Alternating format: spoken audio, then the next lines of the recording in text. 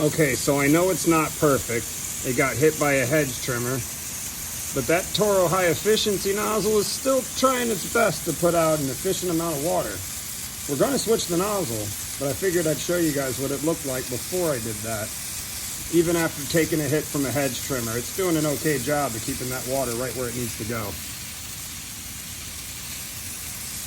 All right, let me switch this puppy out.